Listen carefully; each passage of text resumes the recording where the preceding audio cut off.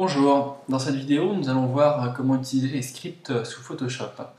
Ce sont des scripts photo en fait qui nous permettent de traiter une photo automatiquement, par exemple pour la recadrer ou pour changer le contraste ou ce genre de choses.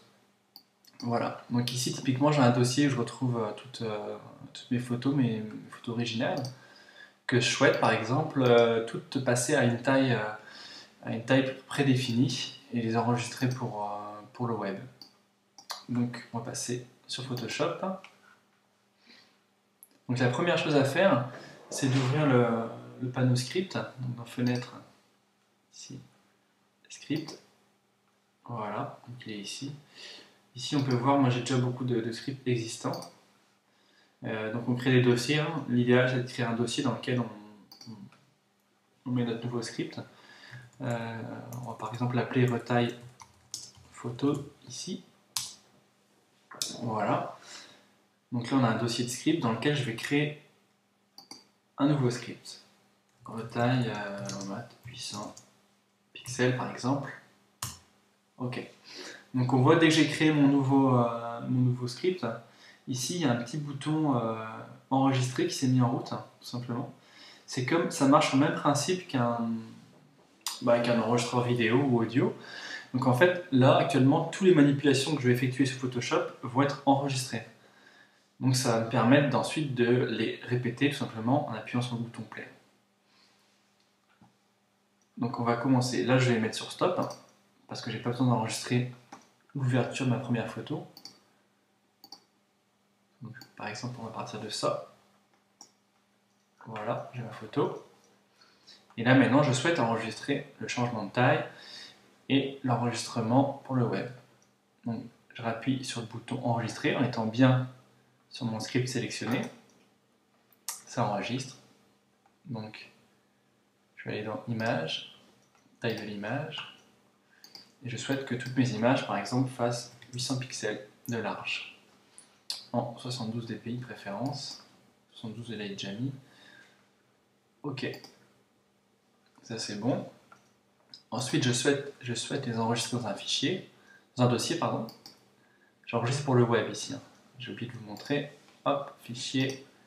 Au lieu de faire enregistrer, je fais enregistrer pour le web, car je veux les alléger au maximum. Ici, je choisis GIF, JPEG, PNG24. Le JPEG, en général, est utilisé pour la partie photo. Quand on veut compresser au maximum une photo, on change la qualité, par exemple, ici. Car si on utilise du GIF, le GIF est limité en nombre de couleurs. Donc, typiquement, on va le voir ici, si on zoome sur le ruisseau.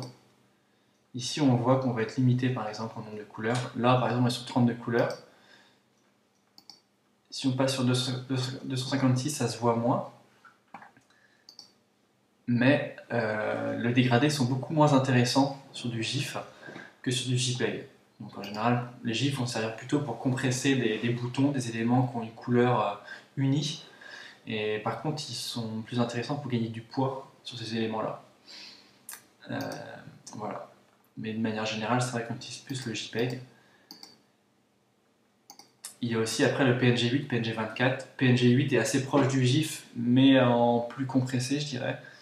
Le PNG24 lui permet, dans le cas d'éléments qui ont des bordures un peu floues, qui sont détourés mais avec une bordure ombrée par exemple, typiquement, on ne peut pas détourer ça de façon nette comme avec du GIF, donc là on va utiliser le PNG24, qui est l'idéal dans ce cas-là, mais qui est le plus lourd aussi en termes de poids. Donc là, pour la photo, je vais en JPEG, qui était 100, je vais dézoomer. Bon, là, entre mes deux photos, on voit l'original 1,22 et ce qui va être compressé, donc 234 KO. Donc c'est vraiment intéressant de passer par là. Apparaît prédéfini, mince, ça a bougé.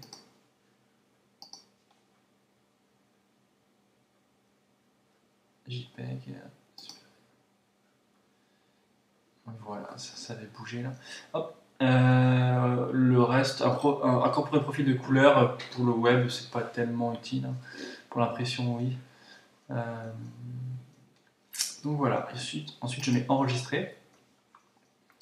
je choisis le lieu où je l'enregistre. Et donc j'ai mon dossier avec mes photos originales.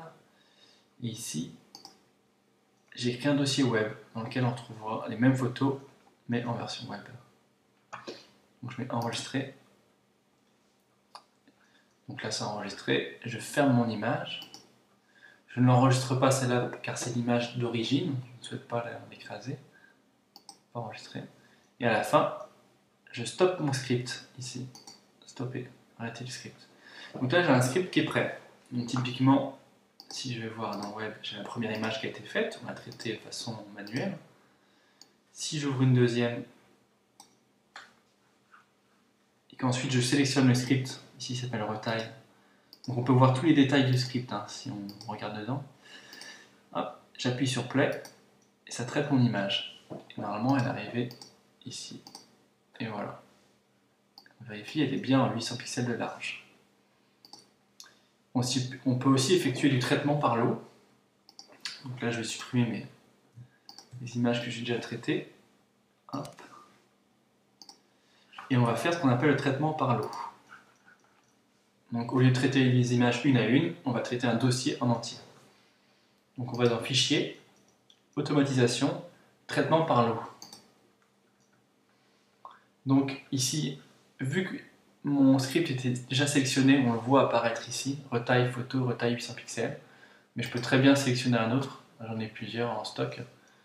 Donc là c'est des dossiers, et dans chaque dossier après on retrouve les scripts. Ensuite, la source. Donc la source, c'est le dossier que je souhaite traiter. Donc ici, c'est bien un dossier, ça peut être autre chose, ça peut être des fichiers ouverts ou autres. Je sélectionne mon dossier que je souhaite traiter. Information, script. Donc là, c'est ce dossier-là, originaux. Je le sélectionne. Ici, je coche supprimer les boîtes de dialogue d'options d'ouverture de fichiers et supprimer les avertissements sur les profils colorimétriques. Parce que sinon ça fait beaucoup de boîtes de dialogue qui s'ouvrent, qui ralentissent le processus. Après, si vraiment on souhaite faire attention au profil, dans ce cas-là, il ne faut pas le cocher. Et le dossier de destination, je sélectionne. Donc script, et celui-là, web, il est déjà créé ici, sélectionné. Et encore que nous, sachant qu'on l'a déjà fait dans le script, on n'est même pas obligé de sélectionner un dossier de destination, mettre 100, car notre script le comprend déjà.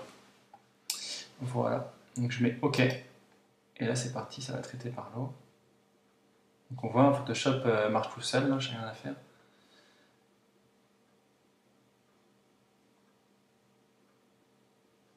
Hop. Voilà. Voilà.